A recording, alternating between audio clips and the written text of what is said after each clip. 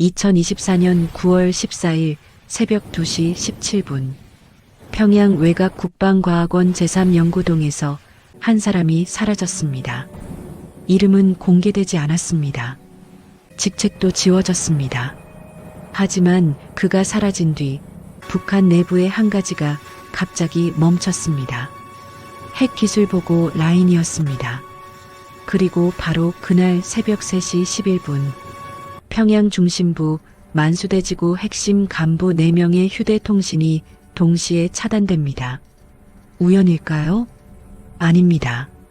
북한 내부에서는 이미 그날을 이렇게 부르기 시작했습니다. 보고선이 끊긴 밤, 그날 이후 김정은에게 올라가는 핵 관련 문서에서 한 사람의 서명이 사라졌습니다. 문제는 그 서명 없이는 어떤 보고서도 원수님께 올라갈 수 없었다는 점입니다. 북한의 핵은 미사일이 아니라 사람이 만듭니다. 그 중에서도 김정은에게 직접 보고하던 단 7명. 그날 사라진 인물은 그 7 중 하나였습니다. 하지만 그가 왜 사라졌는지, 어디로 갔는지는 누구도 입 밖에 낼 수 없었습니다. 단 하나 확실한 건 있었습니다. 그의 이름이 지워진 자리에 아직 아무도 앉지 못하고 있다는 것. 그리고 평양 권력의 중심에서 무언가가 조용히 흔들리기 시작했다는 것. 구독과 좋아요는 이 이야기를 더 많은 분들께 전하는 힘이 됩니다. 문제는 하나입니다. 이 사람이 사라진 이유가 밝혀지면 북한 권력의 가장 깊은 곳이 드러날 수밖에 없다는 점입니다. 지금부터 그 이야기를 시작하겠습니다. 저는 리동혁입니다. 2024년 9월 14일 이전까지 저는 조선민주주의인민공화국 국방과학원 핵물리연구소 부소장이었습니다. 하지만 제 진짜 직책은 명함에 적히지 않았습니다. 저는 7인 회의의 일원이었습니다. 이 회의는 공식 조직도에 존재하지 않습니다. 회의록도 남기지 않습니다. 참석자 명단조차 문서화하지 않습니다. 하지만 북한의 핵과 미사일에 관한 모든 최종 결정은 이 회의를 거쳐야만 김정은 원수님께 올라갑니다. 제가 이 회의에 처음 참석한 건 2018년 5월이었습니다. 함경북도 길쭉은 풍계리, 북한의 핵실험장이 있던 곳입니다. 그날 저는 6차 핵실험의 최종 데이터 분석을 마친 상태였습니다. 2017년 9월 3일 실시한 실험이었습니다. 폭발력은 160킬로톤, 히로시마 원폭의 10배가 넘는 위력이었습니다. 저는 그날 실험장에서 50km 떨어진 관측소에 있었습니다. 오전 11시 30분, 카운트다운이 시작됐습니다. 10, 9, 8. 저는 계기판을 응시했습니다. 지진계, 압력계, 방사능 측정기. 3, 2, 1. 기폭. 순간 땅이 흔들렸습니다. 마치 거대한 짐승이 땅속에서 깨어나는 것 같았습니다. 계기판의 숫자들이 미친 듯이 올라갔습니다. 규모 6.3의 인공지진. 중국 베이징에서도 감지됐습니다. 저는 그 순간 두 가지를 느꼈습니다. 과학자로서의 성취감, 그리고 인간으로서의 공포. 우리가 만든 것은 단순한 무기가 아니었습니다. 도시 하나를 지도에서 지울 수 있는 힘이었습니다. 실험 3개월 후 저는 처음으로 7인 회의에 소집됐습니다. 평양 만수대 지하회의실. 그곳에서 저는 다른 6명을 만났습니다. 1번 리병철 당 군수공업부장, 60대 중반, 회의를 주재했습니다. 2번 장창하 총참모부 작전국장, 군복의 별이 3개, 미사일 발사 타이밍을 결정했습니다. 3번 김성일 외무성 부상, 50대 후반, 국제제재와 협상 카드를 관리했습니다. 4번 박철민 국가보위성 대좌, 40대 초반, 가장 말이 적었습니다. 하지만 그의 눈빛 하나로 회의 분위기가 바뀌었습니다. 5번 저 리동혁. 핵탄두 설계와 실험 데이터를 담당했습니다. 6번 최강남 미사일공학연구소장. 50대 중반. ICBM 탄도 계산을 책임졌습니다. 7번 한영수 재정경리부 부부장. 50대 후반. 가장 조용했지만 그의 한마디가 모든 계획을 멈췄습니다. 예산이 없습니다. 첫 회의 안건은 명확했습니다. 핵탄두 소형화 완성 여부. 리병철 부장이 저를 봤습니다. 리동혁 동무. 현재 탄두 무게는 얼마요? 최신 모델 기준 650kg입니다. 화성 15호에 탑재 가능한가? 가능합니다. 하지만 문제가 있습니다. 무엇이요? 소형화를 더 진행하면 안정성이 떨어집니다. 자칫하면 발사 중 조기 폭발 가능성이 있습니다. 장창하 국장이 끼어들었습니다. 그럼 더 큰 미사일을 만들면 되는 거 아니요? 최강남 소장이 고개를 저었습니다. 그러면 이동식 발사대에 실을 수 없습니다. 고정 발사대는 미국 정찰위성에 즉시 포착됩니다. 회의는 3시간 동안 계속됐습니다. 결론은 하나였습니다. 리동혁 동무 500kg 이하로 줄이시오. 기한은 1년. 그날부터 저는 지옥 같은 1년을 보냈습니다. 평양 순환구역 국방과학원 제3연구동 지하 5층에 있는 제 연구실에서 저는 하루 18시간씩 일했습니다. 핵탄두 소형화의 핵심은 2가지입니다. 첫째, 플루토늄 순도를 높이는 것. 둘째, 폭발 렌즈 설계를 정밀화하는 것. 플루토늄 순도는 영변 핵시설에서 담당했습니다. 저는 폭발 렌즈를 맡았습니다. 폭발 렌즈. 이것은 핵탄두의 심장입니다. 32개의 고성능 폭약 블록이 플루토늄 코어를 정확히 동시에 압축해야 합니다. 오차는 1마이크로초 이내여야 합니다. 100만 분의 1초입니다. 0.000001초라도 늦으면 핵분열 연쇄 반응이 제대로 일어나지 않습니다. 그냥 폭약만 터지고 끝입니다. 저는 컴퓨터 시뮬레이션을 몇천 번 돌렸습니다. 설계를 수정했습니다. 다시 시뮬레이션 했습니다. 밤을 새웠습니다. 주말도 없었습니다. 2019년 4월 드디어 새 설계가 완성됐습니다. 무게 480kg. 하지만 문제가 있었습니다. 실제로 터뜨려봐야 확인할 수 있다는 것이었습니다. 2019년 7월 15일 함경북도 화대군 비밀 실험장 깊이 300m 지하 갱도 끝에서 저는 마지막 점검을 했습니다. 새로 설계한 핵탄두가 강철 케이블에 매달려 있었습니다. 은빛으로 빛나는 구형 물체, 직경 60cm, 안에는 플루토늄 6kg이 들어 있었습니다. 저는 손으로 만졌습니다. 차갑고 매끄러웠습니다. 하지만 이것이 터지면 반경 2km 안의 모든 것이 증발합니다. 지상으로 올라왔습니다. 관측소로 이동했습니다. 실험장에서 15km 떨어진 곳이었습니다. 카운트다운이 시작됐습니다. 저는 숨을 참았습니다. 10, 9, 8. 제 1년의 노력이 이 순간에 달려 있었습니다. 3, 2, 1. 기폭. 땅이 흔들렸습니다. 하지만 6차 실험 때보다는 약했습니다. 이번엔 실제 핵분열이 아니라 모의 실험이었습니다. 방사능 유출을 최소화하기 위해. 하지만 폭발 패턴은 실제와 같았습니다. 데이터가 올라왔습니다. 압력 곡선이 완벽했습니다. 32개의 폭약 블록이 오차 0.3마이크로초 이내로 동시 폭발했습니다. 성공이었습니다. 저는 그 순간 환호해야 할지 울어야 할지 몰랐습니다. 과학적으로는 완벽한 성공이었습니다. 하지만 이것은 수백만 명을 죽일 수 있는 무기였습니다. 2주 후 다시 7인 회의가 소집됐습니다. 저는 보고했습니다. 핵탄두 소형화 완료. 무게 480kg. 화성 15 및 신형 ICBM에 탑재 가능. 리병철 부장이 웃었습니다. 훌륭하오, 리동혁 동무. 원수님께서 크게 기뻐하실 거요. 그리고 장창하 국장이 말했습니다. 그럼 이제 실전 배치 단계로 넘어가야겠소. 실전 배치? 그렇소.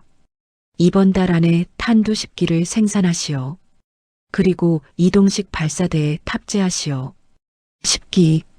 한 달. 저는 머리가 어지러웠습니다. 국장 동무, 그건 불가능합니다. 플루토늄 생산 속도가. 박철민 대자가 끼어들었습니다. 리동혁 동무. 가능한지 불가능한지는 당에서 판단할 문제요.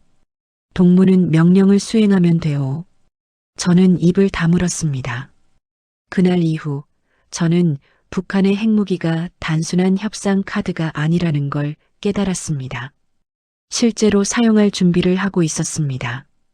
2020년부터 2024년까지 저는 14차례 더 7인 회의에 참석했습니다. 그때마다 새로운 과제가 떨어졌습니다. 수중 발사 핵탄두 개발, 전술 핵무기 소형화, 다탄두 기술 적용. 저는 모두 수행했습니다. 과학자로서. 하지만 매번 회의가 끝나고 나면 제 손을 봤습니다. 이 손으로 얼마나 많은 죽음을 설계했을까? 2024년 8월 29일. 그날 회의가 제 인생을 바꿨습니다. 안건은 하나였습니다. 러시아 지원 핵 기술의 우크라이나 전선 적용 가능성. 장창하 국장이 말했습니다. 현재 우리 인민군 공병부대 3,000명이 러시아 동부 전선에 배치되어 있습니다. 그런데 러시아 측에서 요청이 왔습니다. 소형 전술 핵 운용 기술 자문을 파견해달라고. 순간 회의실이 조용해졌습니다. 리병철 부장이 저를 봤습니다. 리동혁 동무. 우리의 전술 핵무기를 러시아군이 운용할 수 있겠소? 저는 알고 있었습니다. 기술적으로는 가능합니다. 우리가 개발한 5킬로톤급 전술 핵탄두는 휴대용 발사대에서도 사용할 수 있습니다. 하지만 문제는 그게 아니었습니다. 만약 우리 기술이 우크라이나 전선에서 사용된다면 전 세계가 북한을 핵 확산의 주범으로 지목할 것입니다. 그리고 무엇보다 그 기술로 사람이 죽습니다. 우크라이나 민간인이. 저는 10초 동안 침묵했습니다. 그리고 대답했습니다. 기술적으로는 가능합니다. 하지만 정치적 리스크가 너무 큽니다. 국제사회의 반발을 감당할 수 없을 것입니다. 박철민 대자가 차갑게 말했습니다. 리동혁 동무. 동무는 과학자요, 정치가가 아니요. 가능한지 불가능한지만 답하시오. 저는 그 순간 깨달았습니다. 이 회의는 이미 결정이 난 회의였다는 것을. 제 의견은 필요 없었습니다. 필요한 건 제 서명이었습니다. 회의는 30분 만에 끝났습니다. 결론. 기술 자문단 파견 승인. 리동혁 동무가 최종 기술 검토 후 원수님께 보고. 저는 서류에 사인했습니다. 그날 밤 집에 돌아와 거울을 봤습니다. 거울 속에 제 얼굴이 낯설었습니다. 저는 과학자였습니까? 아니면 살인 기술의 공범이었습니까? 그리고 그 질문은 제가 사라지기 열흘 전까지 계속됐습니다. 2024년 9월 2일 제 서명이 들어간 보고서가 김정은 원수님께 올라간 지 사흘째 되는 날이었습니다. 그날 오전 연구소로 긴급 호출이 왔습니다. 리동혁 동무 영변으로 즉시 출발하시오. 영변. 평안북도에 있는 북한 핵단지입니다. 5메가와트 원자로, 플루토늄 재처리 시설, 우라늄 농축 시설이 모여 있는 곳입니다. 저는 차를 타고 3시간을 달려 영변에 도착했습니다. 정문에서부터 검문이 삼엄했습니다. 신분증 확인 3번, 차량 하부 검사, 짐 전수 조사. 영변은 북한에서 가장 경비가 삼엄한 곳입니다. 재처리 시설 3호동으로 안내됐습니다. 그곳에서 저는 박성철 박사를 만났습니다. 플루토늄 추출 전문가였습니다. 리동혁 동무 급히 불러서 미안하오. 심각한 문제가 생겼소. 무슨 문제입니까? 그가 저를 지하 3층 보관실로 데려갔습니다. 두꺼운 콘크리트 벽 너머로 강화유리 창문이 있었습니다. 안에는 작은 실린더 6개가 놓여 있었습니다. 이게 뭡니까? 플루토늄 239봉입체요. 각각 2.5kg씩, 총 15kg. 제 심장이 빨라졌습니다. 15kg이면 핵탄두 2기를 만들 수 있는 양이었습니다. 문제가 뭡니까? 이 플루토늄이 사라질 예정이요. 사라진다고요? 박성철이 서류 한 장을 내밀었습니다. 당 중앙위원회 명의였습니다. 영변 플루토늄 15kg, 러시아 이전. 목적 우크라이나 전선 전술핵 시범 운용. 저는 서류를 2번 읽었습니다. 믿을 수 없었습니다. 이건 진짜 사용하겠다는 겁니까? 그렇소.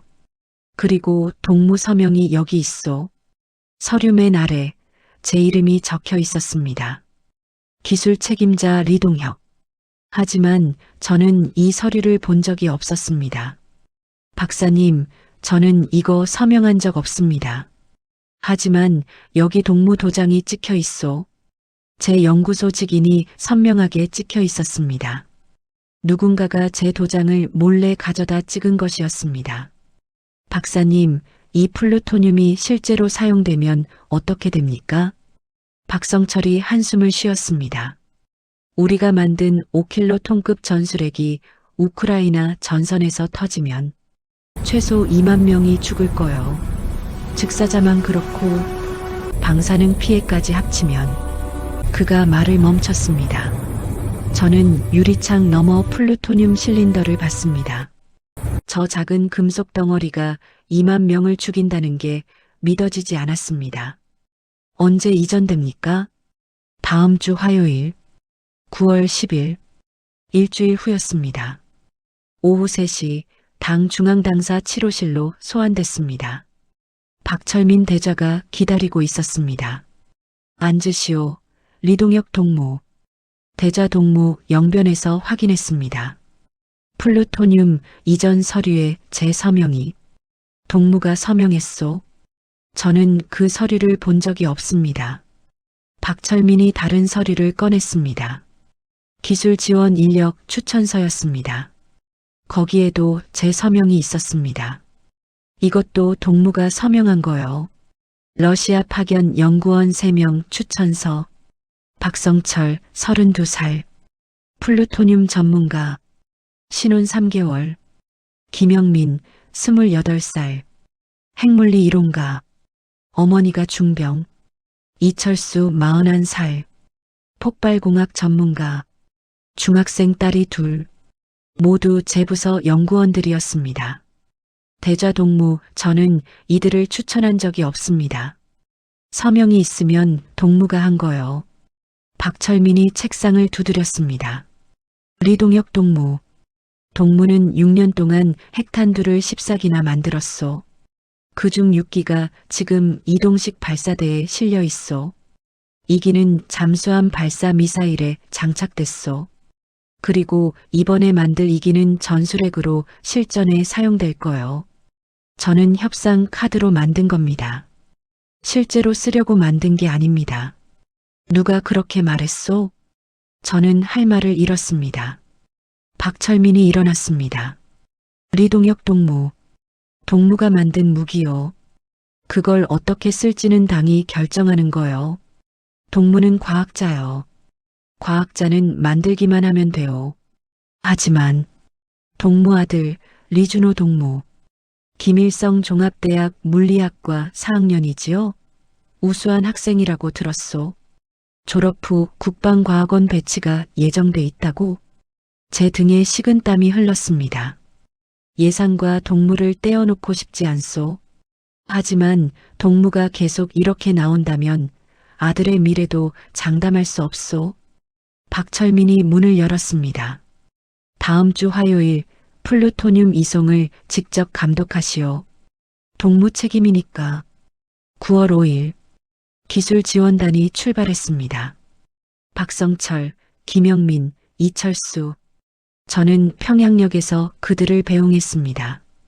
박성철이 제게 다가와 작은 목소리로 말했습니다.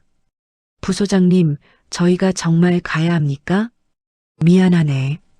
저희가 가면 사람들이 죽는 거 아닙니까? 저는 대답할 수 없었습니다. 김영민의 어머니가 역에 나왔습니다. 산소호흡기를 하고 있었습니다. 폐암 말기였습니다. 영민아, 빨리 다녀와라. 엄마가 기다릴게. 김영민이 울먹였습니다. 엄마, 한 달이면 돌아와요. 하지만 저는 알고 있었습니다. 그들이 돌아올 수 있을지 장담할 수 없다는 것을. 러시아 전선은 전쟁터였습니다. 기차가 출발했습니다. 저는 그들이 사라질 때까지 봤습니다. 제 서명 때문에 위험에 빠진 사람들을. 9월 10일 화요일 영변 플루토늄 재처리 시설 오전 8시 이송 작업이 시작됐습니다. 15kg 플루토늄이 특수 제작된 납 용기에 담겼습니다. 용기 하나에 2.5kg씩 총 6개 용기. 저는 하나하나 확인했습니다. 방사능 수치, 봉인 상태, 운송 안전성 모두 정상이었습니다. 하지만 제 손은 떨렸습니다. 이것이 2만 명을 죽일 물질이라는 생각 때문이었습니다. 용기들이 트럭에 실렸습니다. 목적지는 나진항. 거기서 러시아 블라디보스토크행 화물선에 실릴 예정이었습니다. 저는 서류에 마지막 서명을 했습니다. 영변 플루토늄 이송 확인. 책임자 리동혁. 이번에는 제가 직접 사인했습니다. 도망칠 수 없었습니다. 오후 3시 트럭이 출발했습니다. 저는 연구소로 돌아왔습니다. 그날 밤 저는 처음으로 탈북이라는 단어를 떠올렸습니다. 하지만 아직은 생각일 뿐이었습니다. 9월 11일 저녁 연구소 당 비서실에서 전화가 왔습니다. 리동혁 동무, 내일 러시아 출장 준비하시오. 러시아요? 현지에서 기술 자문이 필요하다고 합니다. 동무가 직접 가야 합니다. 제 심장이 멎었습니다. 언제 출발입니까? 9월 16일 월요일. 기차로 블라디보스토크까지. 거기서 다시 전선으로. 5일 후였습니다. 저는 전화를 끊고 달력을 봤습니다. 9월 16일에 빨간 동그라미를 쳤습니다. 이 날짜가 지나면 저는 전쟁터에 가야 했습니다. 그리고 제가 만든 무기가 사람을 죽이는 걸 눈으로 봐야 했습니다. 그날 밤 저는 서재 서랍을 열었습니다. 6년간 몰래 복사해둔 서류들, 핵실험 데이터, 탄두 설계도, 7인 회의 메모, 플루토늄 이송 기록, 모두 최고 기밀 문서들이었습니다. 저는 이것들을 비닐에 싸서 가방에 넣었습니다. 그리고 결심했습니다. 9월 14일, 러시아 가기 이틀 전에 사라지겠다고. 더 늦으면 저는 살인자가 됩니다. 직접 방아쇠를 당기지 않아도 제 기술로, 제 서명으로, 제 손으로 만든 무기로 사람들이 죽습니다. 저는 그걸 참을 수 없었습니다. 과학자로서가 아니라 인간으로서. 9월 12일 아침 출근길이 달랐습니다. 평소와 같은 시간, 같은 길이었지만 뭔가 달랐습니다. 제 차 뒤에 검은색 승용차가 하나 붙어 있었습니다. 번호판은 평 2-45, 평양 보이부 차량이었습니다. 신호등에서 멈추면 그 차도 멈췄습니다. 제가 차선을 바꾸면 그 차도 따라왔습니다. 연구소 주차장에 도착했을 때 그 차는 50m 뒤에 멈춰 섰습니다. 내리지 않았습니다. 그냥 거기 있었습니다. 저를 보고 있었습니다. 연구소 정문을 지나는데 경비원이 제게 물었습니다. 리동혁 동무 신분증 좀 보겠습니다. 매일 보는 경비원 김철수였습니다. 3년 동안 한 번도 신분증을 확인한 적이 없었습니다. 철수 동무 나를 모르나? 규정입니다. 규정? 평양에서 이 단어는 더 이상 묻지 말라는 뜻입니다. 저는 신분증을 내밀었습니다. 김철수는 평소보다 오래 들여다봤습니다. 그리고 무전기를 꺼냈습니다. 정문입니다. 리동혁 동무 출근 확인. 누구한테 보고하는 겁니까? 규정입니다. 저는 더 이상 묻지 않았습니다. 사무실로 가는 복도에서 동료들이 저를 봤습니다. 하지만 아무도 인사하지 않았습니다. 연구원 한명수는 저를 보자마자 고개를 돌렸습니다. 평소 같으면 동혁 동무 어제 실험 어땠어? 하고 물어봤을 사람이었습니다. 박사 최영희는 복도 반대편으로 돌아갔습니다. 20m를 더 걸어가면서까지 저를 피했습니다. 저는 그때 알았습니다. 소문이 돌고 있다는 것을. 사무실에 도착했을 때 더 이상한 일이 있었습니다. 제 책상 위에 놓여 있던 서류 파일이 사라져 있었습니다. 어제까지 있던 핵탄두 소형화 3차 개선안 파일이었습니다. 비서에게 물었습니다. 해숙 동무, 내 책상 위 파일 어디 갔나? 모르겠습니다. 오늘 아침 출근했을 때 이미 없었습니다. 누가 가져갔을까?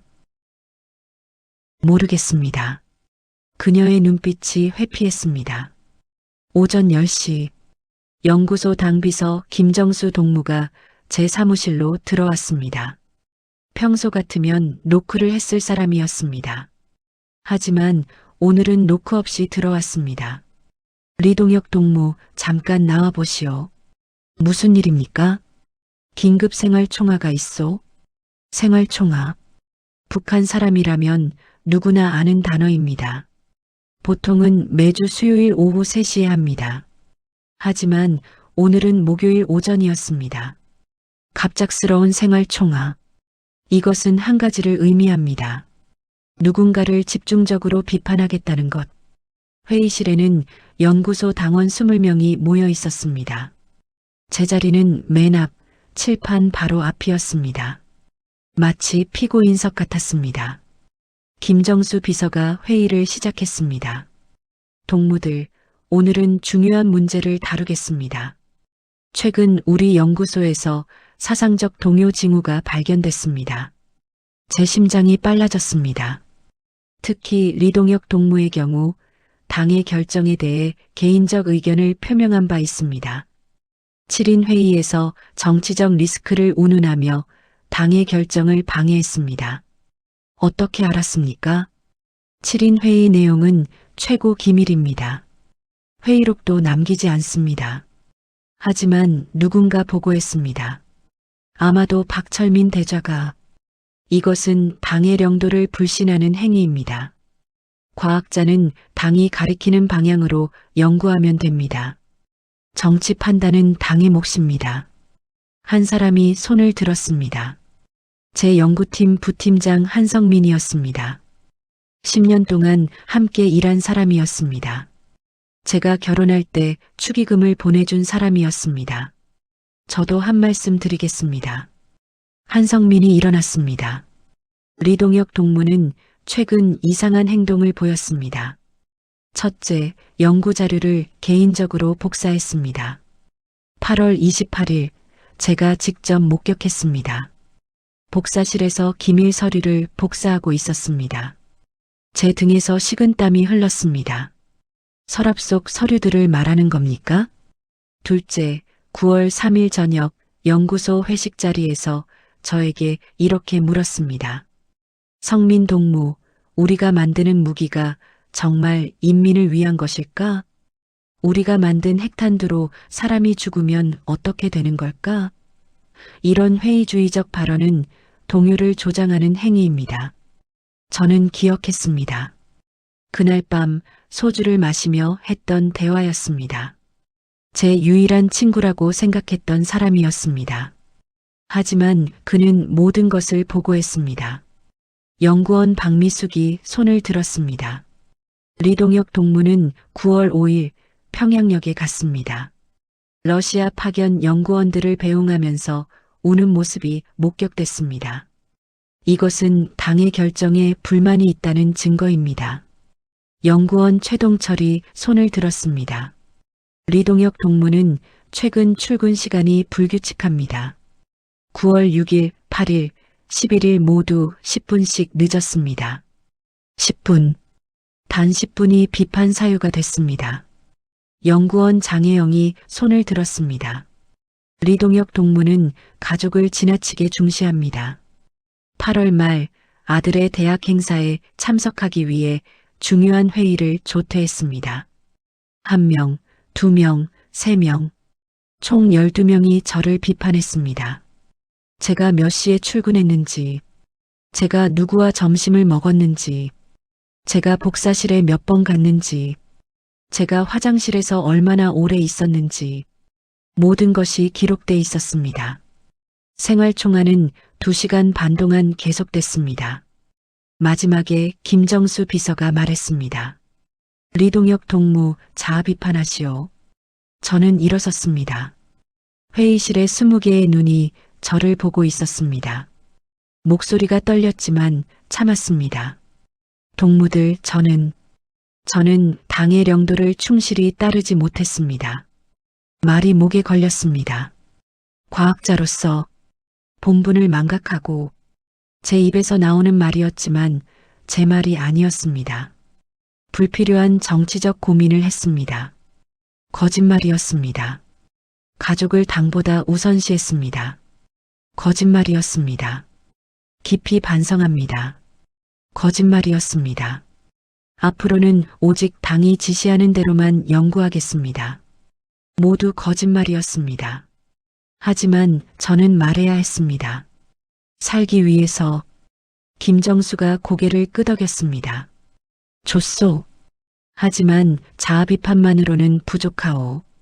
당 세포 비서실에서 리동혁 동무에 대한 집중지도 기간을 2주로 정했소. 이 기간 동안 동무는 매일 아침 8시에 당 비서에게 전날 행적을 보고해야 하오.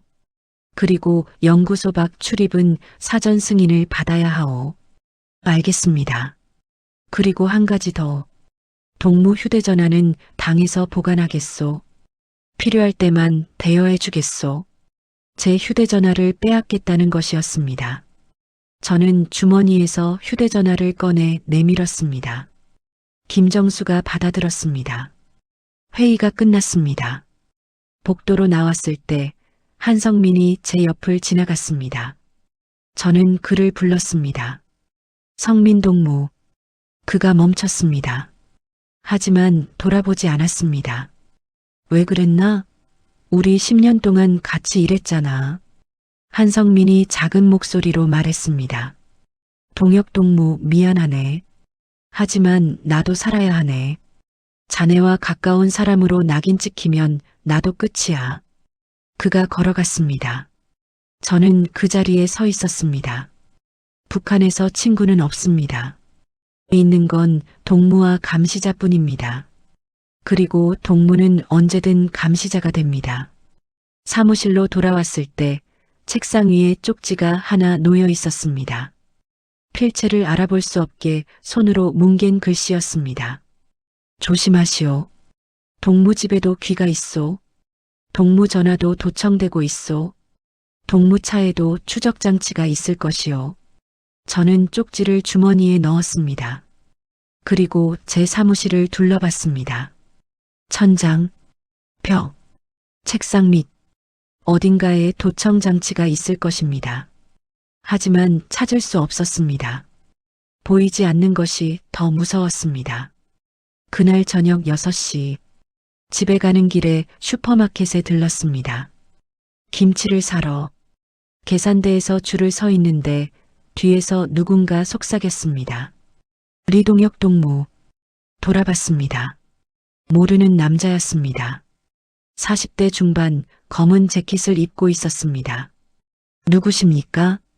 당신을 지켜보는 사람이요. 보이부입니까? 남자가 웃었습니다. 중요하지 않소. 중요한 건 당신이 9월 16일 러시아로 간다는 것. 그리고 그곳에서 돌아오지 못할 수도 있다는 것. 제 심장이 멎었습니다. 무슨 뜻입니까? 우크라이나 전선은 위험하오. 특히 핵기술자는 더 위험하오. 미국과 우크라이나 정보기관이 노리고 있어. 제거 대상 1순위요. 왜 저한테 이런 말을 합니까? 충고요. 현명한 선택을 하시오. 남자가 계산을 끝내고 나갔습니다. 저는 그를 따라가려 했지만 이미 사라졌습니다. 집에 도착했을 때 오후 7시 30분이었습니다. 아내와 아들이 저녁을 먹고 있었습니다. 아버지, 오늘 많이 늦으셨네요. 회의가 길었어.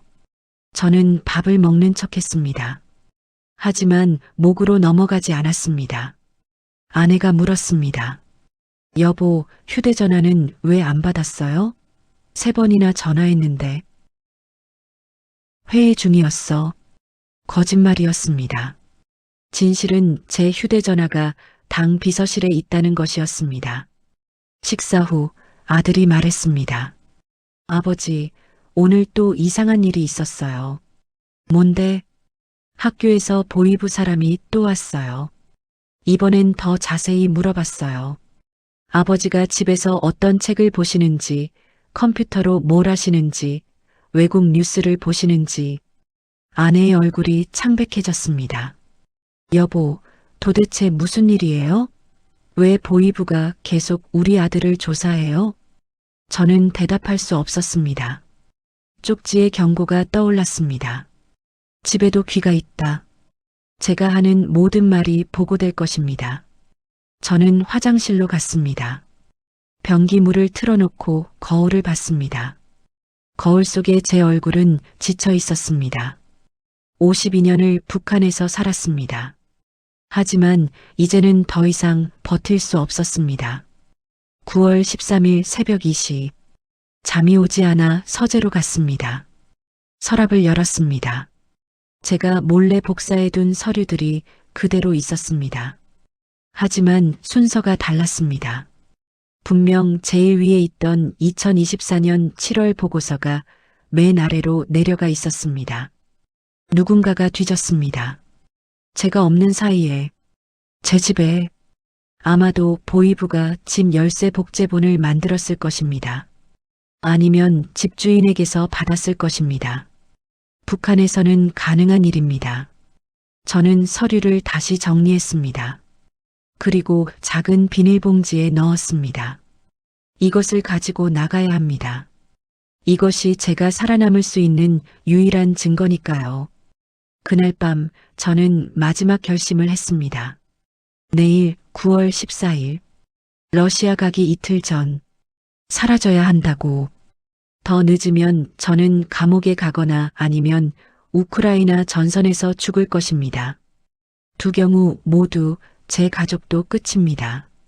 저 혼자 사라지면 적어도 가족은 몰랐다고 주장할 수 있습니다. 그것이 제가 할 수 있는 마지막 보호였습니다. 9월 13일 오후 4시, 연구소를 조퇴했습니다. 몸이 안 좋다고 했습니다. 거짓말이 아니었습니다. 실제로 머리가 아팠고 속이 메스꺼웠습니다. 하지만 진짜 이유는 따로 있었습니다. 전화를 걸어야 했습니다. 중국으로. 북한에서 국제전화는 함부로 걸 수 없습니다. 특히 중국으로 거는 전화는 모두 기록됩니다. 국제통신국에서 24시간 감청합니다. 하지만 한 가지 방법이 있었습니다. 평양 외국인 전용 호텔, 양각도 국제호텔. 그곳 로비에는 국제전화 부스가 있습니다. 외국인 관광객들이 쓰는 곳이지만 돈을 내면 북한 사람도 쓸 수 있습니다. 물론 감시는 있습니다. 하지만 연구소 전화보다는 덜합니다. 그리고 제게는 다른 선택지가 없었습니다. 휴대전화는 당 비서실에 압수당했으니까요. 저는 택시를 탔습니다. 양각도 국제호텔. 택시기사가 백미러로 저를 봤습니다. 동무, 호텔에 무슨 일이시오? 외국 손님 마중 나갑니다. 어느 나라 손님이시오? 질문이 많았습니다. 평양 택시기사 중에는 보이부 협조자가 많습니다. 러시아입니다. 아, 요즘 러시아 손님이 많이 오신다던데. 군사 협력 때문이라지요? 저는 대답하지 않았습니다. 창밖을 봤습니다. 대동강이 보였습니다. 52년 동안 매일 보던 강이었습니다. 내일이면 이 강을 마지막으로 보게 될 것입니다. 호텔에 도착했습니다. 로비는 한산했습니다. 중국 관광객 몇 명이 보였습니다. 프랑스에서 온 것처럼 보이는 서양인 부부도 있었습니다. 저는 국제전화 부스로 갔습니다. 카운터 직원에게 미화 20달러를 냈습니다. 중국 연길입니다. 직원이 저를 위아래로 훑어봤습니다. 동무, 신분증 좀 보여주시겠습니까? 왜 필요합니까? 국제전화는 신분 확인이 필요합니다. 규정입니다. 저는 신분증을 내밀었습니다. 직원이 장부에 제 이름을 적었습니다.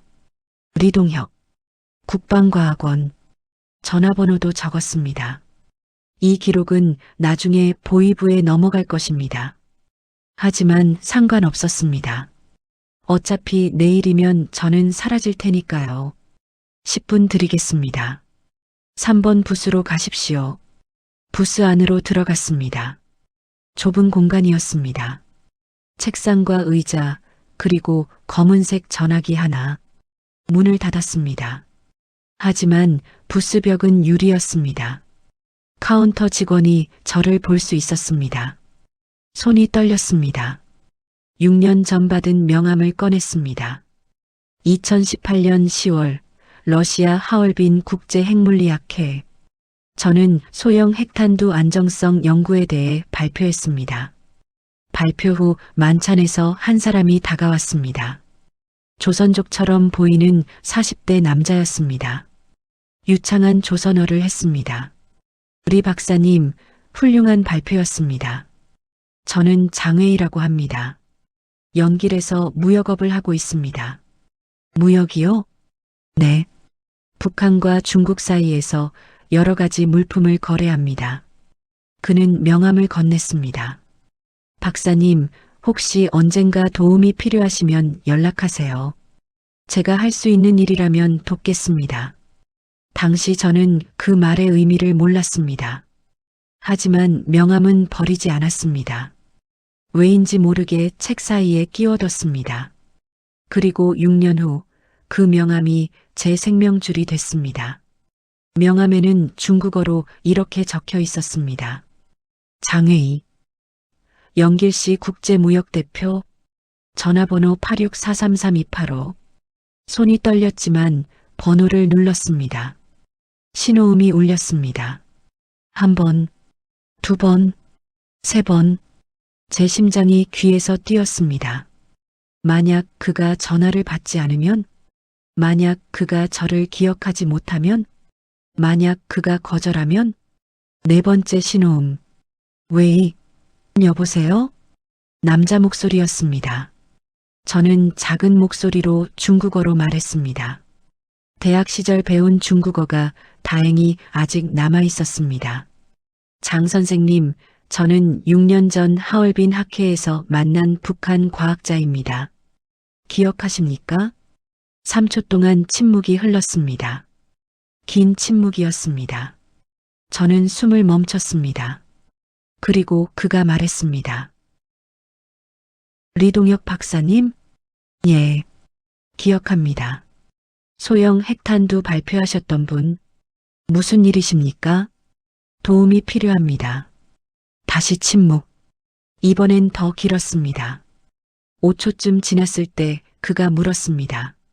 어떤 도움입니까? 나가야 합니다. 북한에서. 탈북을 말씀하시는 겁니까? 예. 언제? 내일 밤.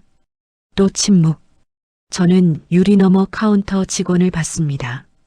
그녀가 저를 보고 있었습니다. 장혜희가 말했습니다. 박사님, 내일 밤은 너무 급합니다. 준비가, 저는 선택의 여지가 없습니다. 9월 16일 모레 러시아로 보내집니다. 우크라이나 전선으로 가면 돌아올 수 없습니다.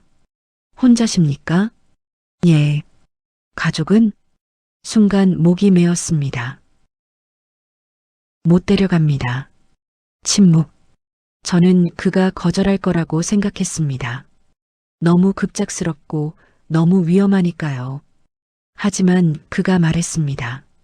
알겠습니다. 장소는? 제 심장이 뛰었습니다. 해산, 압록강, 해산이면 국경 경비가 삼엄합니다. 박사님, 거기서 나오는 건 자살 행위입니다. 다른 방법이 없습니다. 제가 갈 수 있는 곳은 해산밖에 없습니다. 왜 해산입니까? 러시아 출장 명목으로 기차를 탈 수 있습니다. 다른 국경 도시는 출장 증명이 안 됩니다. 장혜희가 한숨을 쉬었습니다.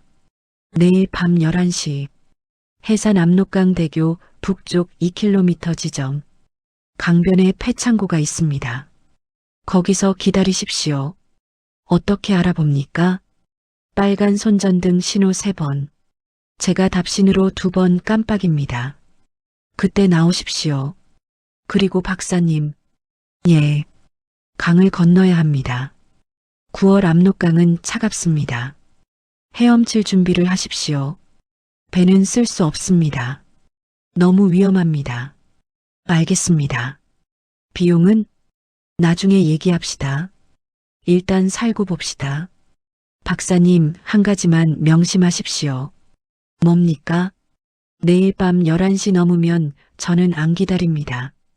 그리고 다시는 이 번호로 전화하지 마십시오. 이 통화 후 이 번호는 버립니다. 감사합니다. 박사님, 살아서 나오십시오. 박사님 같은 분은 북한보다 세상에 더 필요합니다. 전화가 끊어졌습니다. 저는 수화기를 내려놨습니다. 손이 떨렸습니다. 10분이 아니라 3분밖에 안 걸렸습니다. 하지만 제 인생이 바뀌는 데는 충분한 시간이었습니다. 부스를 나왔습니다. 카운터 직원이 물었습니다. 통화 잘 되셨습니까? 예. 남았는데 환불은 안 됩니다. 괜찮습니다. 저는 로비를 나와 화장실로 갔습니다. 거울을 봤습니다.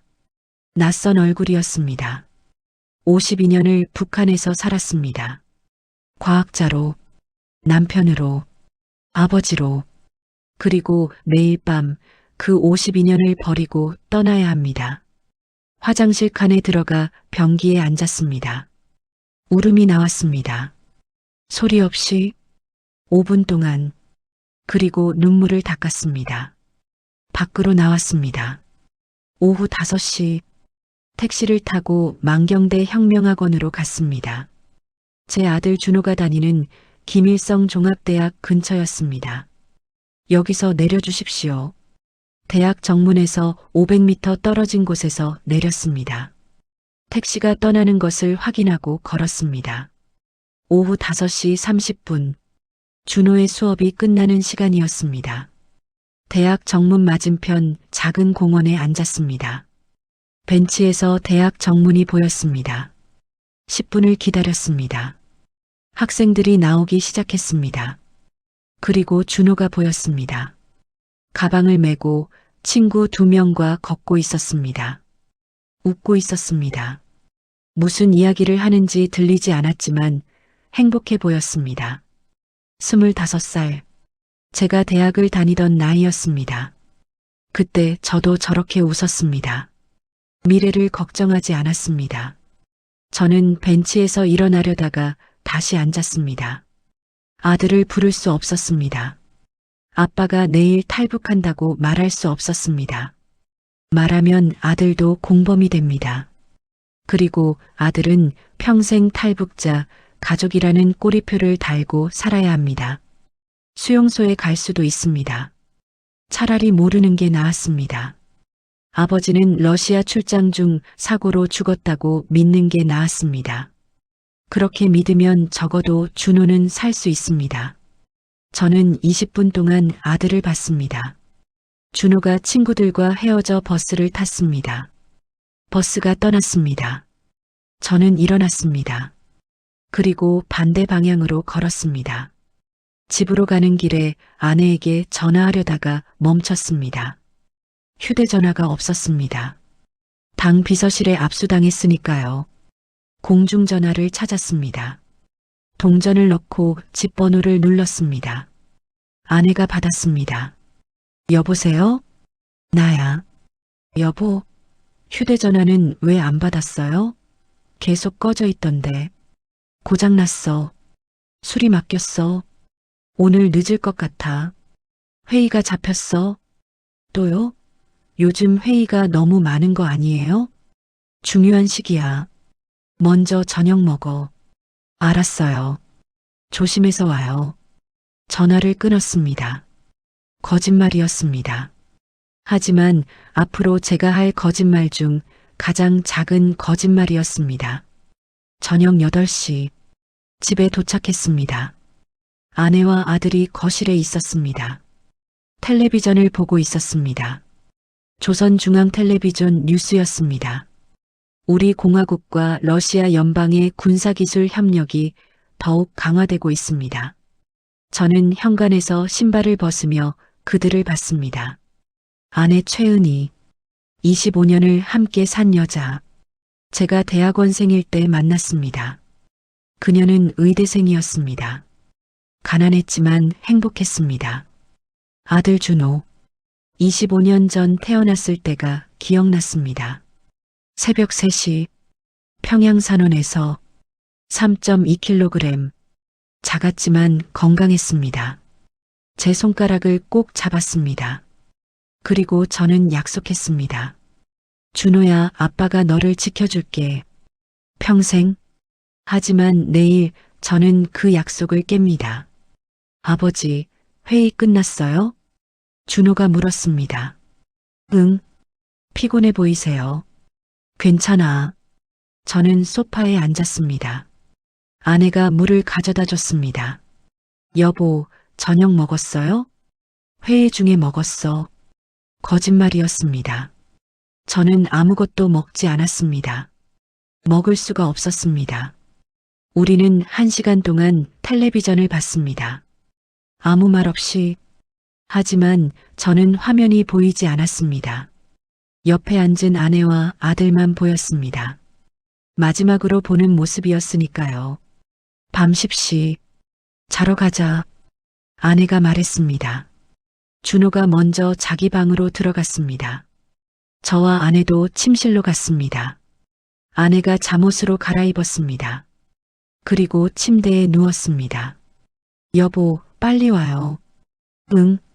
서재에서 서류 좀 정리하고 갈게. 너무 늦게까지 일하지 마요. 알았어. 저는 서재로 갔습니다. 문을 닫았습니다. 그리고 책상 서랍을 열었습니다. 6년간 몰래 복사해둔 서류들을 꺼냈습니다. 핵실험 데이터, 탄두 설계도, 7인 회의 기록, 플루토늄 이송 문서, 우크라이나 파견 명령서, 모두 최고 기밀 문서들이었습니다. 이것들이 제가 살아남을 수 있는 유일한 증거였습니다. 북한 정권의 핵개발 실태를 증명하는. 저는 서류들을 비닐봉지에 싸서 작은 배낭에 넣었습니다. 방수 처리를 했습니다. 강을 건널 때 젖으면 안 되니까요. 그리고 책상 뒤편, 벽 틈에 숨겨둔 돈을 꺼냈습니다. 미화 3,000달러. 지난 10년간 조금씩 모은 돈이었습니다. 외국 학회에 갈 때마다 조금씩 환전해서 모았습니다. 왜 모았는지는 몰랐습니다. 하지만 오늘을 위해서였던 것 같습니다. 새벽 1시, 아내의 잠든 숨소리가 들렸습니다. 저는 조용히 침실로 들어갔습니다. 침대 옆 작은 책상에 편지를 하나 놓았습니다. 어젯밤 미리 써둔 편지였습니다. 봉투에는 아내 이름 최은희만 적었습니다. 편지 내용은 짧았습니다. 은희에게 미안해. 나는 러시아 긴급 출장을 가야 해. 갑자기 연락이 와서 새벽에 떠나야 해. 깨우기 싫어서 이렇게 편지를 남겨. 한 달 정도 걸릴 거야. 준호 잘 부탁해. 걱정하지 마. 사랑해. 동혁. 거짓말이었습니다. 모두 거짓말이었습니다. 하지만 이 거짓말이 아내와 아들을 보호할 유일한 방법이었습니다. 제가 탈북한 걸 몰랐다면 적어도 공범은 아니니까요. 새벽 2시 10분, 저는 배낭을 들고 집을 나섰습니다. 현관문 손잡이를 잡았습니다. 그리고 뒤돌아봤습니다. 25년을 산 집이었습니다.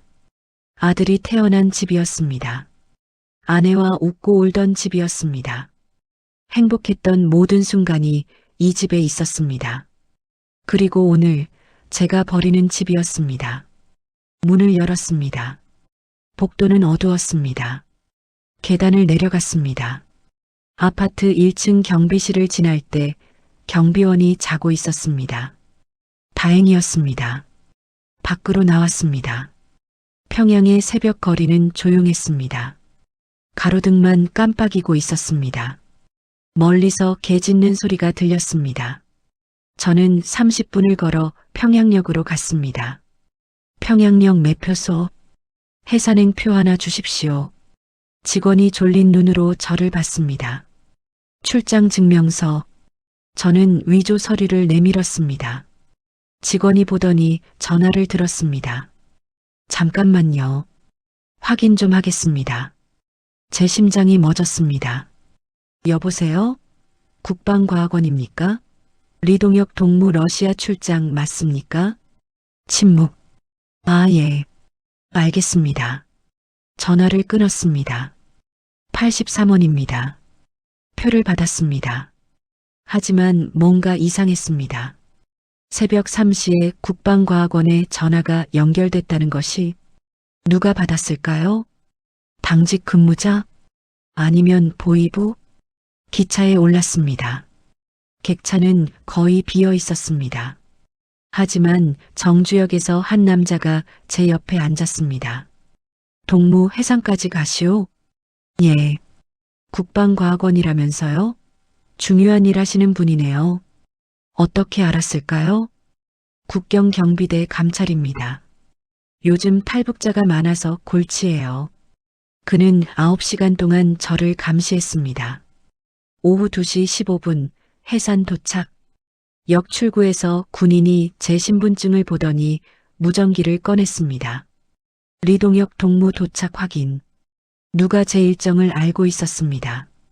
택시를 타고 인민위원회로 갔지만 뒤따라오는 차가 있었습니다. 미행을 따돌리고 강변으로 갔습니다. 오후 9시 패창고. 장회의의 연락책이 나타났습니다. 박사님, 계획이 바뀌었소. 경비가 너무 삼엄하오. 어떻게 합니까? 일단 숨어야 하오. 오늘 밤은 불가능하오. 그때였습니다. 창고 밖에서 소리가 들렸습니다. 군화 소리. 여러 명. 3조는 창고 수색. 2조는 강변 경계. 손전등 불빛이 창고를 향했습니다. 박사님, 저를 따라오시오.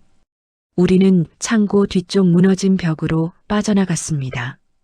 어둠 속으로 뛰었습니다. 뒤에서 고함이 들렸습니다. 거기 누구냐? 서, 탕, 총성. 우리는 계속 뛰었습니다. 갈대숲으로. 여기요. 고무보트가 숨겨져 있었습니다. 타시오. 배가 물로 들어갔습니다. 강 한가운데쯤 왔을 때 거기서 쏜다. 탕, 탕, 탕. 총알이 물을 쳤습니다. 엎드리시오. 타다다닥. 자동 소총이었습니다. 배에 구멍이 뚫렸습니다. 쉭. 공기가 빠졌습니다. 박사님, 헤엄쳐야 합니다. 뭐라고요? 배가 가라앉고 있소. 뛰어내리시오. 저는 물로 뛰어들었습니다. 9월 압록강. 얼음처럼 차갑습니다. 숨이 멎었습니다. 하지만 헤엄쳤습니다. 배낭이 무거웠습니다. 서류가 들어 있었습니다. 놓을 수 없었습니다. 뒤에서 총성이 계속됐습니다. 탕, 탕, 탕. 물속에서 총알 소리. 팡, 팡. 폐가 터질 것 같았습니다. 중국 땅이 보였습니다. 20m, 15m, 10m. 팔이 바닥에 닿았습니다. 일어서려는데 미끄러졌습니다. 진흙이었습니다. 기어 올라갔습니다.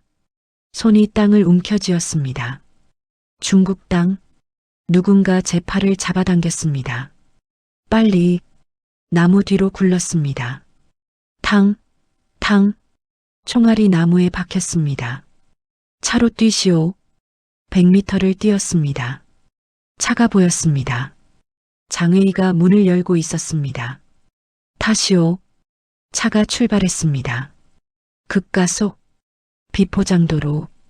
덜컹거렸습니다. 뒤를 봤습니다. 강 건너편 북한 땅. 손전등 불빛이 10여 개 보였습니다. 제 뒤에서 무전기 소리가 들렸습니다. 해산 경비사령부 탈북자 1명 압록강 도하. 중국 쪽 진입 확인. 즉각 공안 협조 요청하라. 장회의가 말했습니다. 박사님, 배낭 여십시오. 서류 확인해야 합니다. 배낭을 열었습니다. 비닐이 젖어 있었습니다. 서류를 꺼냈습니다. 물에 젖었습니다. 글씨가 번졌습니다. 안 돼. 6년간의 기록. 핵실험 데이터. 설계도. 회의 기록. 모두 망가졌습니다. 박사님, 읽을 수 있습니까? 저는 서류를 펼쳤습니다. 숫자는 보였습니다. 하지만 절반은 지워졌습니다. 일부만 남았습니다. 제가 무죄를 증명할 증거. 절반이 사라졌습니다. 차는 30분을 달렸습니다. 작은 마을에 도착했습니다. 여기서 옷 갈아입으십시오. 중국 공안이 곧 올 겁니다. 집 안으로 들어갔습니다. 마른 옷으로 갈아입었습니다. 젖은 서류를 펼쳐 말렸습니다. 하지만 이미 늦었습니다. 많은 부분이 지워졌습니다. 밤 11시. 창밖에서 사이렌 소리가 들렸습니다. 공안 차량이었습니다. 박사님, 지하실로 가시오. 지하실이요? 이 집 주인이 탈북자 은신처를 만들어뒀소. 빨리. 부엌 바닥 장판을 걷어냈습니다. 나무판이 있었습니다. 열었습니다. 사다리가 보였습니다. 내려가시오. 소리 내지 마시오. 저는 내려갔습니다. 어두웠습니다. 좁았습니다. 위에서 장판을 다시 덮는 소리가 들렸습니다. 쿵쿵쿵. 문 두드리는 소리. 공안이다. 문 열어. 문 열리는 소리. 탈북자 봤나? 못 봤습니다. 수색한다. 발소리. 무거운 군화. 부엌으로 들어왔습니다. 제 머리 위. 1m 위. 숨소리가 들릴까봐 숨을 참았습니다. 여기 아무것도 없다. 차에도 없어. 놓쳤나? 본부에 보고해. 발소리가 멀어졌습니다. 문 닫히는 소리. 차 시동 거는 소리. 사이렌 소리가 멀어졌습니다. 10분 후. 장판이 걷혔습니다. 올라오십시오. 저는 올라갔습니다. 온몸이 떨렸습니다. 장회의가 물 한 잔을 줬습니다. 박사님, 30분 안에 여기를 떠나야 합니다. 공안이 다시 올 겁니다. 어디로 갑니까? 영길. 거기서 신분을 바꿉니다. 그날 밤, 저는 깨달았습니다. 탈북은 끝이 아니라 시작이라는 것을, 그리고 제가 가진 증거의 절반이 사라졌다는 것을. 한국에 가면 누가 제 말을 믿어줄까요? 증거도 불완전한데. 하지만 돌아갈 수는 없었습니다. 이미 강을 건넜으니까요. 9월 15일 새벽 1시. 중국 창바이 외곽 은신처. 장혜희가 급히 들어왔습니다. 박사님, 큰일 났습니다. 무슨 일입니까? 그가 휴대전화를 보여줬습니다. 중국 인터넷 뉴스였습니다. 북한 핵 과학자 탈출 추정. 양강도 일대 비상경계. 기사는 짧았지만 충분했습니다. 박사님 탈북 소식이 중국 인터넷에 퍼졌습니다. 이건 단순 뉴스가 아닙니다. 무슨 뜻입니까? 정보기관들이 움직인다는 뜻입니다. 북한 보위부만이 아니라 한국 국정원, 미국 CIA, 중국 국가안전부 모두 박사님을 찾고 있습니다. 모두요? 북한은 박사님을 제거하려 하고 한국과 미국은 보호하려 하고 중국은 외교 문제를 원치 않습니다. 새벽 2시 장혜희의 전화가 울렸습니다. 짧은 통화였습니다. 전화를 끊고 그가 말했습니다. 지금 새 팀이 연길로 오고 있습니다. 새 팀이요? 북한 보위부 특별체포조 6명, 어젯밤 신의주 통과, 한국 국정원 요원 2명, 오늘 새벽 베이징에서 출발, 그리고요? CIA 요원 1명, 신부는 미국 기자, 이미 연길에 도착했습니다. CIA가 왜 저를요? 박사님은 북한 핵 프로그램에 살아있는 증거입니다. 미국 입장에서는 놓칠 수 없는 정보원입니다. 그럼 누구를 믿어야 합니까? 지금은 아무도 믿으면 안 됩니다. 일단 살아남아야 합니다. 우리는 즉시 출발했습니다. 고속도로가 아니라 국도로 4시간을 달렸습니다. 새벽 6시 전방에 검문소가 보였습니다. 이런 공안 3명이 차들을 세우고 있었습니다. 제 차례가 됐습니다. 신분증, 조선족 신분증을 내밀었습니다. 공안이 얼굴을 보더니 무전기를 꺼냈습니다. 잠깐만요. 장혜희가 작은 목소리로 말했습니다. 준비하십시오.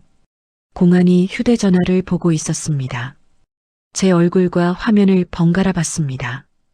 동무 차에서 장혜희가 급가속했습니다. 총성. 우리는 검문소를 뚫고 달렸습니다. 산길로 접어들었습니다. 10분을 달렸습니다. 따돌린 것 같습니다. 하지만 장혜희의 전화가 또 울렸습니다. 알겠습니다. 그가 말했습니다. 박사님, 한국 국정원 팀이 박사님을 찾고 있습니다. 그들이 접선을 제안했습니다. 믿을 수 있습니까? 저도 모르겠습니다. 하지만 선택지가 많지 않습니다. 오전 10시 선양 외곽의 한 식당.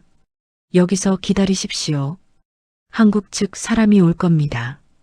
30분 후 한 남자가 들어왔습니다. 40대 중반. 평범한 차림. 하지만 눈빛이 달랐습니다. 리동혁 박사님? 누구십니까? 대한민국 국가정보원입니다. 신분증은 보여드릴 수 없습니다. 하지만 이건 보여드릴 수 있습니다. 그가 휴대전화를 보여줬습니다. 한국 청와대 사진, 그리고 암호 문구, 보고선이 끊긴 밤. 이 표현이 무슨 뜻인지 아는 사람은 박사님밖에 없을 겁니다. 제가 쓴 표현이었습니다. 9월 14일 밤을 가리키는. 당신들은 어떻게 알았습니까? 박사님이 해산에서 강을 건널 때부터 추적했습니다. 우리는 박사님을 보호하려 합니다. 왜 저를? 박사님은 북한 핵 프로그램의 핵심 증인입니다. 한국 정부는 박사님이 안전하게 한국에 도착하길 원합니다. 대가는 뭡니까? 증언입니다. 7인 회의, 핵 개발, 러시아 협력. 모든 것을 증언해 주십시오. 그때 식당 밖에서 차 소리가 들렸습니다. 급제동. 엎드리십시오. 국정원 요원이 저를 바닥으로 끌어당겼습니다. 식당 유리창이 깨졌습니다. 총성은 아니었습니다. 돌이었습니다. 밖에서 고함 소리, 조선말이었습니다. 리동혁, 나와 조국으로 돌아가. 북한 보위부였습니다. 국정원 요원이 권총을 꺼냈습니다. 뒷문으로 나가십시오. 차가 대기하고 있습니다. 당신은요? 저는 그들을 막겠습니다. 가십시오. 부엌을 통과해 뒷문으로 나갔습니다. 검은색 세단이 서 있었습니다. 타십시오. 차에 올랐습니다. 뒤에서 고함과 충돌 소리가 들렸습니다. 차는 출발했습니다. 운전사가 말했습니다. 박사님, 안전벨트 매십시오. 30분 안에 선양 영사관에 도착해야 합니다. 영사관이요? 한국 영사관. 거기는 대한민국 영토입니다. 일단 들어가면 안전합니다. 하지만 5분 후 앞에서 차 2대가 길을 막았습니다. 이런, 운전사가 급브레이크를 밟았습니다. 차에서 사람들이 내렸습니다. 북한 사람들이었습니다. 6명. 보위부 체포조 전원이었습니다. 한 명이 다가왔습니다. 리동혁 동무 내리시오. 평양으로 함께 가야겠소. 운전사가 작은 목소리로 말했습니다. 박사님, 제가 신호하면 차에서 뛰어내려 오른쪽 골목으로 뛰십시오. 하지만 저는 훈련받은 사람입니다. 박사님은 살아야 합니다. 보위부 요원이 차 창문을 두드렸습니다. 문 열어. 그 순간 다른 차 한 대가 급속도로 다가왔습니다. 끼잉 마이너스. 보위부 차량을 들이받았습니다. 쾅! 지금이요. 뛰시오. 저는 차에서 뛰어내렸습니다. 골목으로 뛰었습니다. 뒤에서 고함 소리. 잡아. 뛰었습니다. 숨이 찼습니다. 52세. 평생 연구실에서만 살았습니다. 달리기는 30년 만이었습니다. 골목 끝. 막다른 길이었습니다. 뒤돌아봤습니다. 보위부 요원 2명이 쫓아왔습니다. 끝이요. 리동혁 동무. 그때 옆 건물 문이 열렸습니다. 서양인 남자였습니다. 이쪽? 영어였습니다.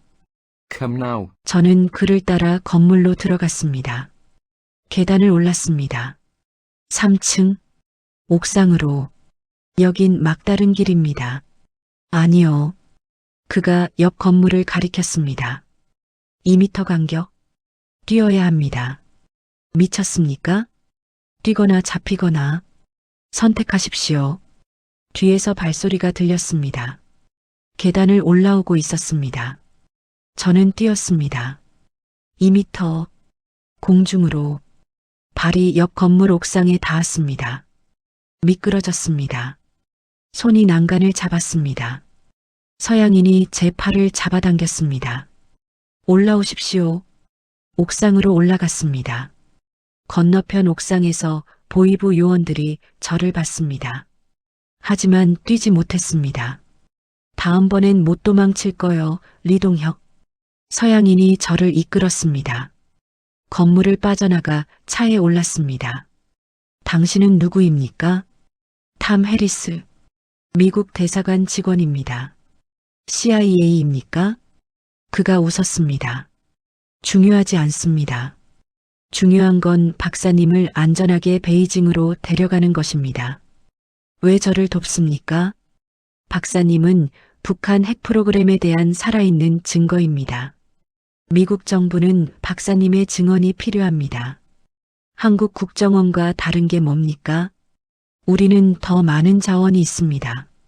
6시간 후 베이징 도착. 탐이 말했습니다. 내일 아침 비행기로 방콕 갑니다. 거기서 한국 대사관으로 넘겨드리겠습니다. 왜 직접 미국으로 안 갑니까? 박사님은 한국 국민이 되길 원하신다고 들었습니다. 우리는 그 선택을 존중합니다. 대신 한국 도착 후 미국 측과도 면담해 주십시오. 9월 17일 베이징 공항. 탐이 출국 심사까지 동행했습니다. 박사님, 저는 여기까지입니다. 방콕에서 한국 측이 기다릴 겁니다. 심사대를 통과했습니다. 문제 없었습니다. 탑승구로 가는데 뒤에서 누군가 저를 불렀습니다. 돌아봤습니다. 멀리서 북한 보위부 요원이 서 있었습니다. 저를 보고 있었습니다. 하지만 다가오지 못했습니다. 그 옆에 중국 공안 2명이 그를 막고 있었습니다. 그가 입모양으로 말했습니다. 끝까지 간다. 저도 입모양으로 대답했습니다. 오지 마라. 비행기에 올랐습니다. 이륙했습니다. 5시간 30분 후 방콕 도착. 한국 대사관 직원이 기다리고 있었습니다. 리동혁 박사님 환영합니다. 이제 안전합니다. 정말 안전할까요? 북한은 포기하지 않을 것입니다. 하지만 저도 포기하지 않을 것입니다. 살아서 증언하는 것. 그것이 제가 할 수 있는 전부였습니다. 2024년 10월 28일 태국 방콕 한국 대사관. 한 달간의 신원 조사가 끝났습니다. 조사관이 말했습니다. 리동혁 박사님, 한국행이 승인됐습니다. 내일 출발합니다. 감사합니다. 그런데 한 가지 알려드릴 게 있습니다. 무엇입니까? 미국 측에서 박사님과의 면담을 요청했습니다. 한국 도착 전에 거절할 수 있습니까? 있습니다. 하지만 들어는 보시는 게 좋을 것 같습니다. 그날 오후 방콕 시내의 한 호텔, 탐 해리스가 기다리고 있었습니다. 그리고 그 옆에 다른 사람이 있었습니다. 여성이었습니다. 40대 초반. 박사님, 제 상관 세러 첸입니다. CIA 동아시아 담당입니다. 세러가 말했습니다. 박사님, 선양에서 도와드렸던 것 기억하십니까? 예. 우리가 왜 도왔는지 아십니까? 제 정보가 필요해서겠죠. 맞습니다. 하지만 그게 다가 아닙니다. 박사님 가족 때문이기도 합니다. 제 심장이 뛰었습니다.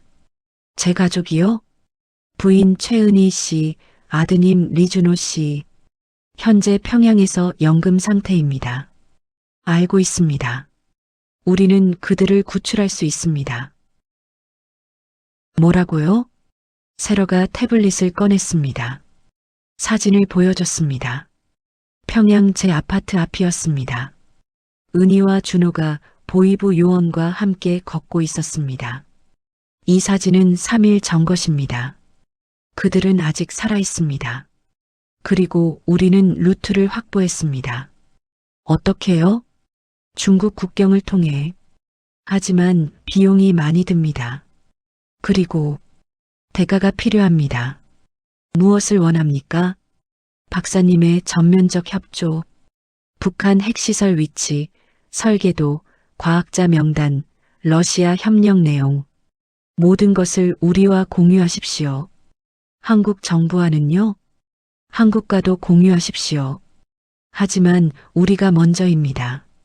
저는 침묵했습니다. 탐이 말했습니다. 박사님, 48시간 드리겠습니다. 생각해 보십시오. 한국에 가서도 가족을 구할 방법은 없습니다. 우리만이 가능합니다. 그들이 나갔습니다. 저는 호텔방에 혼자 남았습니다. 가족, 은희와 준호, 그들을 구할 수 있다고? 하지만 대가는 제 모든 정보였습니다. 10월 30일, 한국 대사관 직원이 다시 찾아왔습니다. 박사님, 한 가지 더 전해드릴 말씀이 있습니다. 무엇입니까?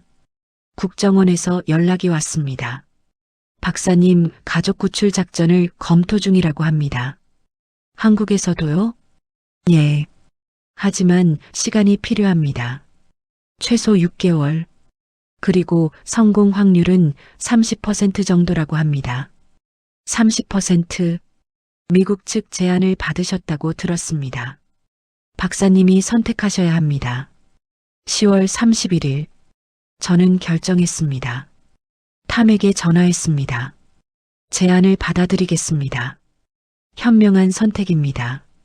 내일 면담을 시작하겠습니다. 11월 1일부터 15일까지 2주 동안 저는 CIA와 매일 8시간씩 면담했습니다. 7인 회의 내용, 핵실험 데이터, 탄두 설계, 과학자 명단, 러시아 협력 세부 내용, 모든 것을 말했습니다. 세러가 말했습니다. 박사님, 협조에 감사드립니다. 우리는 약속을 지키겠습니다. 12월 중 가족 구출 작전을 실행하겠습니다. 정말 가능합니까? 장담할 순 없습니다. 하지만 최선을 다하겠습니다. 11월 16일 인천공항 도착, 대한민국 땅을 밟았습니다. 국정원 직원이 기다리고 있었습니다. 리동혁 박사님 환영합니다. 차를 타고 서울로 향했습니다. 박사님, 앞으로 2주간 우리 측 조사도 받으셔야 합니다. 알고 있습니다. 그런데 미국 측과 이미 면담하셨다고 들었습니다. 예. 무엇을 말씀하셨습니까? 모든 것을 말했습니다. 국정원 직원의 표정이 굳었습니다.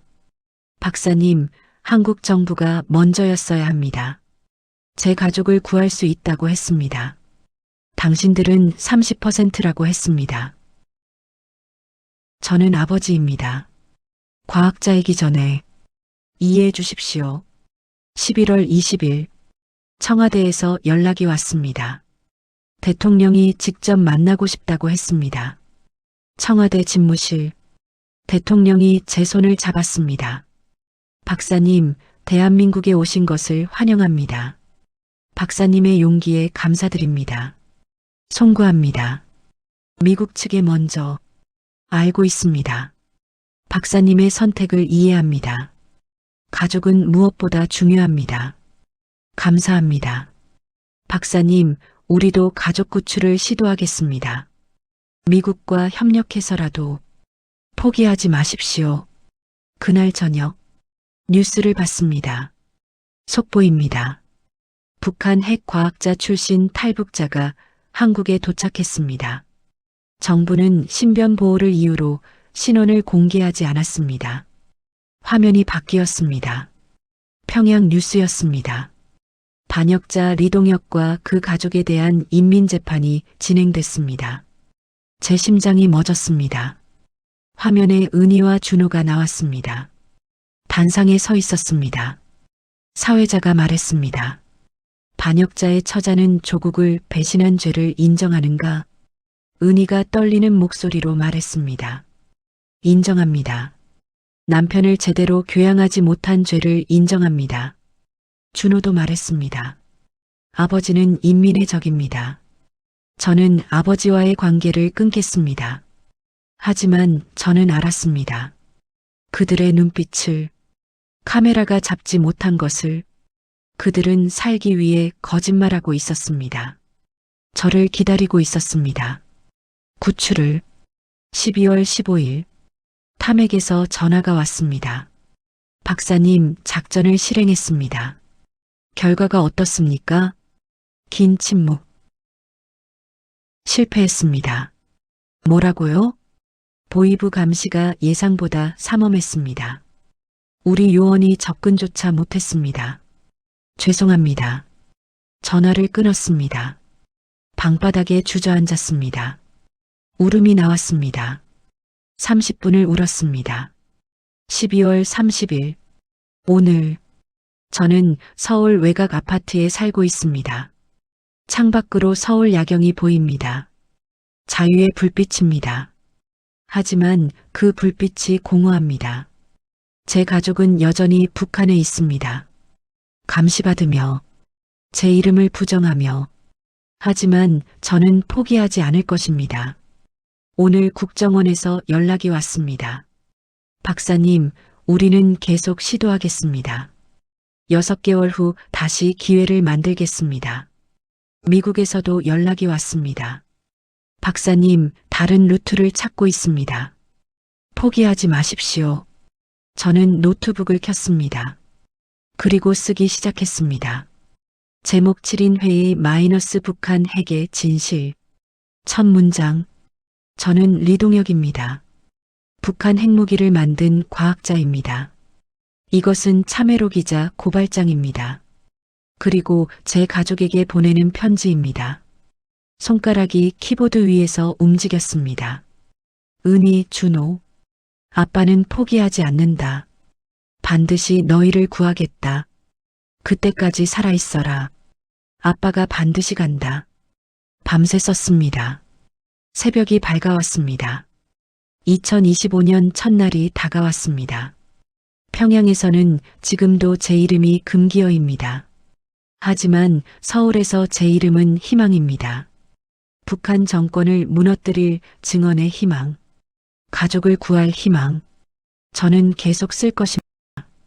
증언할 것입니다. 싸울 것입니다.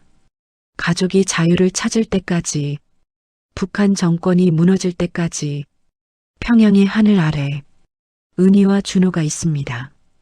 그들을 위해 저는 살아남았습니다. 그리고 끝까지 싸울 것입니다.